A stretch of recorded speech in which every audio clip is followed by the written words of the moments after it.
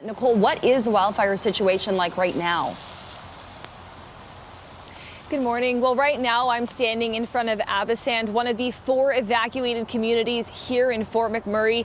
If the name sounds familiar, that's because this neighborhood was also devastated in that 2016 wildfire.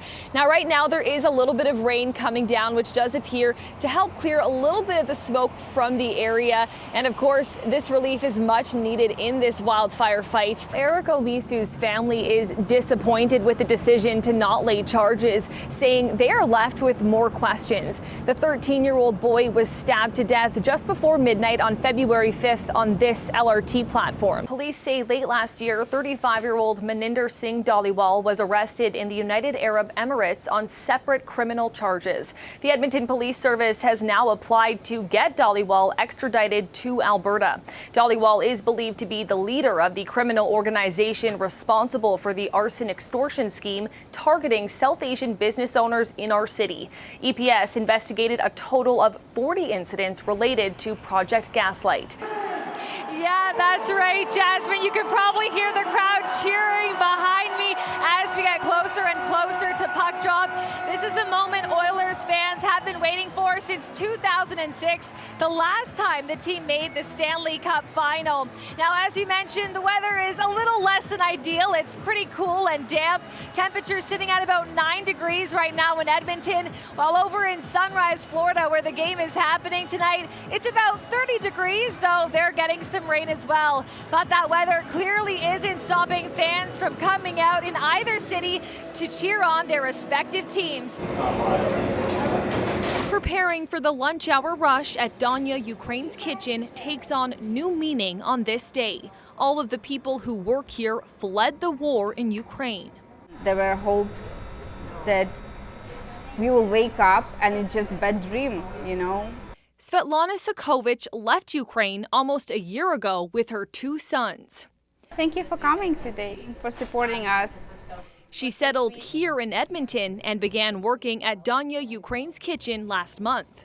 It's nice to have this small community, you know, to laugh together, to cry together, because you're accepted, everyone understands each other in terms of what we feel. Janice Krissa and her daughter are behind Danya Ukraine's kitchen. It started as a donation center for displaced Ukrainians, but over the last 3 years, it has evolved into a restaurant and, most importantly, a community hub. All of our customers are peace lovers and they want to do something, and this is something that we can do. We're bringing people together through the love of food and culture. And on this day, that includes Alberta firefighters. They went to Ukraine several times bringing critical supplies, and they have created an exhibit to show Edmontonians what they saw. I'm honored to be able to travel there and help as much as I can with everything I can. And, you know, just like everybody in Ukraine and everybody that supports Ukraine, every day we just hope and pray that it ends soon. Much has changed in 3 years, but not Sokovich's resolve. She says she's more determined than ever. We paid so big price with our blood, with our loved ones, just to say we surrender right now. It's sad, it's unacceptable. And as Sokovich commemorates this somber anniversary, so too does her new home. Thank you. Thank you.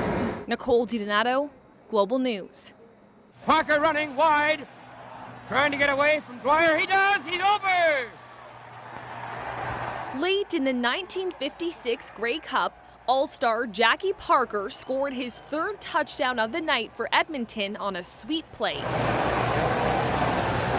But it was the swipe that followed that stole the show. A fan in the crowd snatched the football from Parker and took off. If somebody happens to have a spare football.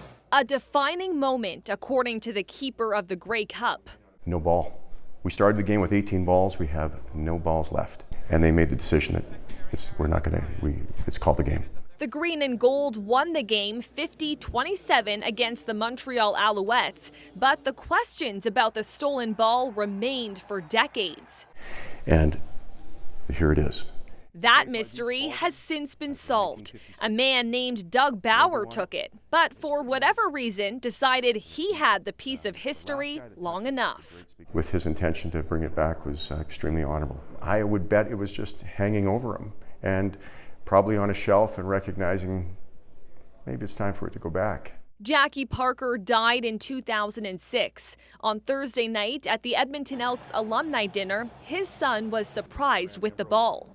We respectfully request that you receive the ball. It was part of the CFL history, my dad's history. I was shocked and thrilled and you know, touched by the gentleman that took it, thinking he should give it back. Jackie Parker Jr. knows his dad would have had something to say about this. And he'd have some off-the-cuff remark about, you know, something like, well, geez, I've been looking for that. The ball will be kept at the Canadian Football Hall of Fame, a long-awaited conclusion for the CFL and the legacy of the Grey Cup game cut short. The ball game is over, ladies and gentlemen. Nicole DiDonato, Global News.